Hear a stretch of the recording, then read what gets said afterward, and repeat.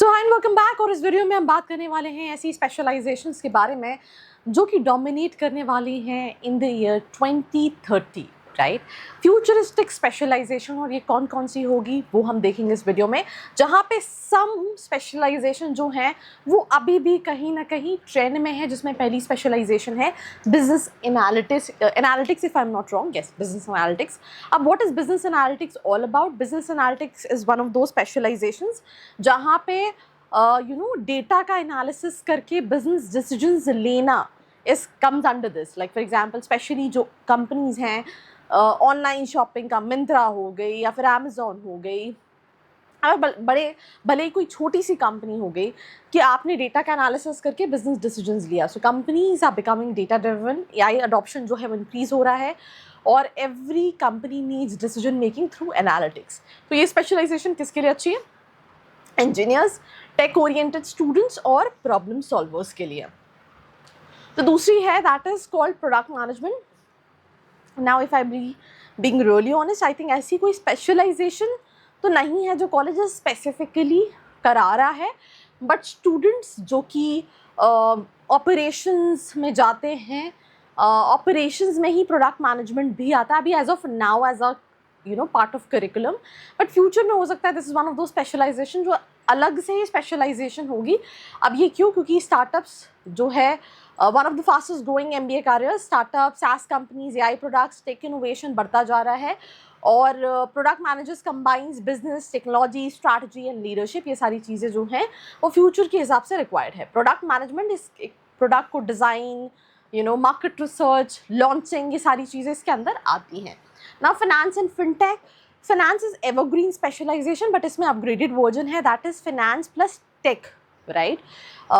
Because technology and इसको भी हम फिनटेक के साथ टेक प्लस एआई कर सकते हैं, बिकॉज एआई का भी काफ़ी ज़्यादा इन्वॉल्वमेंट है these days when it comes to finance industries. So traditional finance जो है वो चेंज कर रहा है, digital banking, AI trading, fintech startups, online investing, ये सारी चीज़ें जो हैं वो कहीं ना कहीं हैं, इनकी रिक्वायरमेंट है। Then we have health care management. ये फ्यूचर में ग्रो करेगा, बट इसका पेइंग स्केल अभी अगर मैं बात करूँ, I am even not sure 2030 में सही में उस लेवल पे ग्रो करेगा। बिकॉज जब भी हम कोई स्पेशलाइजेशन की बात करते हैं, ग्रोथ की बात करते हैं, हम उसको डायरेक्टली प्रोपोर्शनल कर रहे होते हैं कि हमें उस स्पेशलाइजेशन में स्पेशली किस तरह के पैकेजेस मिलेंगे, because that is how you identify कि अच्छा ये इवन मेक सेंस और इवन डोंट मेक सेंस, मतलब वर्थ है या वर्थ नहीं है। पर मुझे ऐसा लगता है कि हेल्थ केयर एक बूमिंग इंडस्ट्री है, अभी भी ऑर्गेनाइज नहीं है। तो हेल्थ केयर इंडस्ट्री जो है वो एक्सपैंड कर रही है। Hospitals, health tech startups, pharmaceuticals, medical consulting में हेल्थ केयर मैनेजमेंट की रिक्वायरमेंट रहेगी। Then we have operations and supply chain management. Operations का ही एक पार्ट प्रोडक्ट मैनेजमेंट भी होता है, क्योंकि ऐसा कोई स्पेशलाइजेशन अभी कॉलेजेस में नहीं है।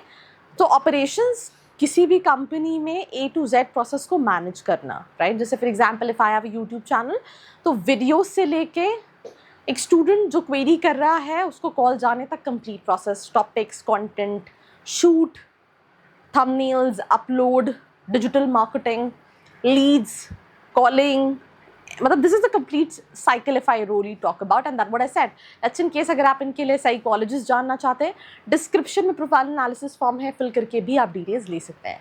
सो post 2020 companies realise supply chain failures can destroy businesses.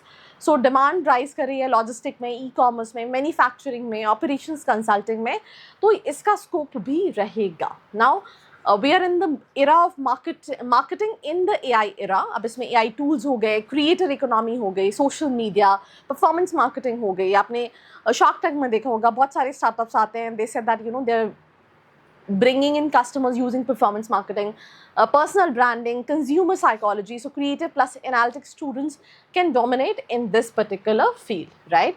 So don't choose MBA specialization सिर्फ फ्यूचर डिमांड की बेसिस पे, अपनी पर्सनैलिटी सिर्फ फ्यूचर डिमांड की बेसिस पे स्पेशलाइजेशन चूज़ मत करो। जब चूज़ कर रहे हो तो फ्यूचर डिमांड, अपनी पर्सनैलिटी, अपनी interest, strength, salary potential and long term growth को देखो। बहुत सारे स्टूडेंट्स स्पेशलाइजेशन सेलेक्ट कर लिए होते हैं जिसमें उनको करियर बनाना भी नहीं होता कि ठीक है मुझे इस कॉलेज में ये स्पेशलाइजेशन मिल रही है, so let's go for it.